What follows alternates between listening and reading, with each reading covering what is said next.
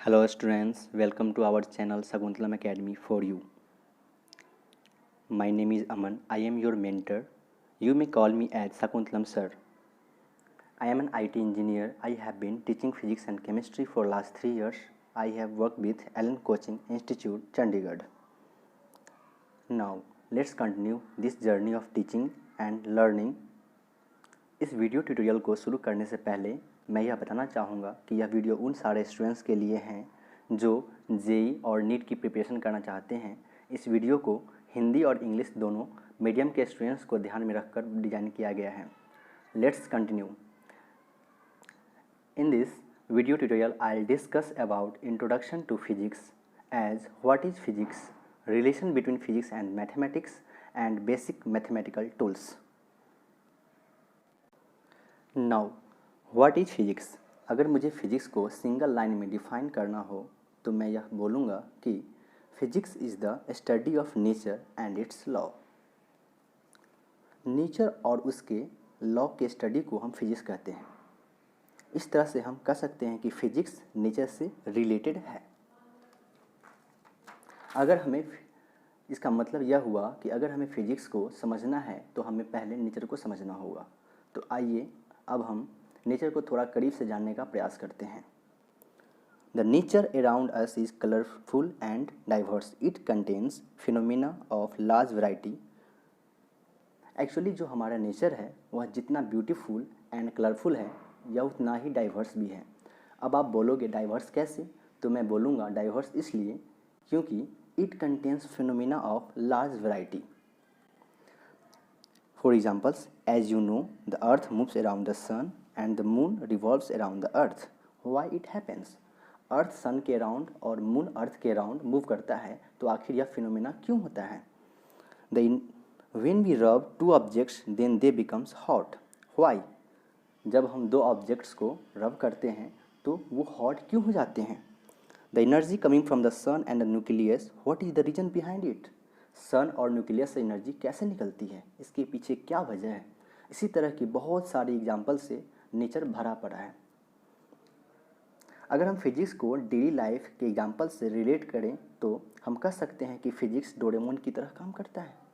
अगर आपने बचपन में डोरेमोन सीरियल देखा होगा तो आपको पता होगा डोरेमोन नोबिता की हेल्प करता है जब कभी भी नोबिता प्रॉब्लम में फंसता होता है। तो उसी तरह से अब इन सारी नेचर की मिस्ट्री को सुलझाने के लिए हमें डोरेमोन की ज़रूरत है। और चूँकि हमारा डोरेमोन है फिजिक्स, इसीलिए हम कह सकते हैं physics acts as Doraemon which try to solve the mystery of nature. Actually हम ऐसा मानते हैं कि नेचर में जो भी इवेंट्स हो रहा है वो किसी न किसी बेसिक लॉ के अकॉर्डिंग हो रहे हैं। फिजिक्स उन इवेंट्स को ऑब्जर्व करता है और अपने ऑब्जर्वेशन के बेसिस पर नेचर के लॉ को रिवील करता है। This physics is the study of nature and its law. We expect that all these different events in nature takes place according to some basic laws and revealing this laws of nature from the observed events is physics. For example, the orbiting of the moon around the earth, falling of an apple from a tree, tides in a sea on a full moon night. All can be explained if we know the Newton's law of gravitation and Newton's law of motion. अगर हमें Newton's law of gravitation और Newton's law of motion के बारे में पता हो तो हम इन सारे ऑब्जर्वेशंस को, इन सारे फिजिकल इवेंट्स को एक्सप्लेन कर सकते हैं। अगर हम आइए हम नेचर और फिजिक्स को थोड़ा और करीब से जानने का प्रयास करते हैं। According to the great physicist Dr. R.P. Feynman, Dr. R.P. Feynman के according the nature around us is like a big chess game played by nature.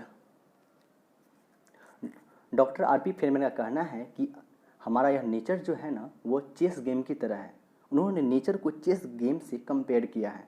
और इंटरेस्टिंग बात यह है कि हमें चेस गेम खेलना नहीं आता है। हमें कहा गया है कि आप सिर्फ इस गेम को वॉच करो। We are only allowed to watch this game because we don't know how to play this game. और जब हम इस गेम को ऑब्जर्व करते हैं तो हमें इस गेम के बारे में कुछ बेसिक इन्फॉर्मेशन पता चलती है। अब आप पूछोगे कि इस गेम को खेल कौन रहा है, तो इस गेम को नेचर दैट इज़ गॉड खेल रहे हैं। और हमें सिर्फ अलाउ किया गया कि आप इस गेम को वॉच कर सकते हो। जब हम इस गेम को प्रोलॉन्ग्ड वॉच करते हैं तो हमें इसके बेसिक रूल्स के बारे में पता चलता है और उस ऑब्जर्वेशंस के बेसिस पे हम अपना थियरी बनाते हैं। बट जब कभी इस गेम में कोई नया मूव होता है तब हम सरप्राइज्ड हो जाते हैं कि ये क्या हो गया। फिर से हमें न्यू थियरी बनानी पड़ती है सो डैट कि हम इस गेम को एक्सप्लेन कर सकें। अब आते हैं इन सारे डिस्कशंस के कंक्लूजन्स पे। इन सारे डिस्कशन में इम्पोर्टेंट क्या है? इन सारे डिस्कशन में इम्पोर्टेंट है हमारा game, that is our nature. Since physics is the study of nature, it is real. No one has been given the authority to frame the rules of physics. We've only discovered the rules that are operating in nature. Aryabhat, Newton, Einstein, or Feynman are great physicists because from the observations available at that time, they could guess and frame the laws of physics which explained these observations in a convincing way. But there can be a new phenomenon any day. If the rules discovered by the great scientists are not able to explain this phenomenon, no one will hesitate to change these rules. इनका मतलब क्या हुआ? इसका मतलब यह हुआ कि इसमें हमारा इम्पोर्टेंस जो है सो नेचर को दिया गया है, इस गेम को दिया गया है और हम सिर्फ इस गेम को ऑब्जर्व करके उसे एक्सप्लेन करने की कोशिश करते हैं। और जब कभी हमारी पुरानी थियरी इस नेचर की फिनोमेना को, इवेंट्स को एक्सप्लेन नहीं कर पाती है, तब हमें उसमें मॉडिफिकेशंस या करेक्शन करने की ज़रूरत पड़ती है। अब इस स्टेज पे एक क्वेश्चन अराइज होता है कि क्या ऐसी पॉसिबिलिटीज़ हो सकती हैं जहाँ पे पहले से साइंटिस्ट के द्वारा दी गई थियरी रॉन्ग प्रूफ हो जाए? इसका आंसर होगा जी हाँ, बिल्कुल रॉन्ग प्रूफ हुई हैं और उनमें करेक्शन भी हुए हैं। And the most important thing यह है कि अगर आगे फ्यूचर में भी ऐसी पॉसिबिलिटी आएंगी जहां थियरी नेचर के इवेंट्स को सक्सेसफुली एक्सप्लेन ना कर पाएँ तो उनमें भी करेक्शन करने की ज़रूरत होगी, चाहे वह थियरी आर्यभट्ट के द्वारा दिया गया हो या फिर न्यूटन जी के द्वारा दिया गया हो या फिर फैनमैन के द्वारा दिया गया हो। आई होप अब आप लोगों को फिजिक्स और नेचर के बारे में बेसिक आइडिया लग ही चुका होगा। In the upcoming video I'll explain about relation between physics and mathematics. That's all about today's lecture. Thank you guys for watching. Do loving and keep supporting.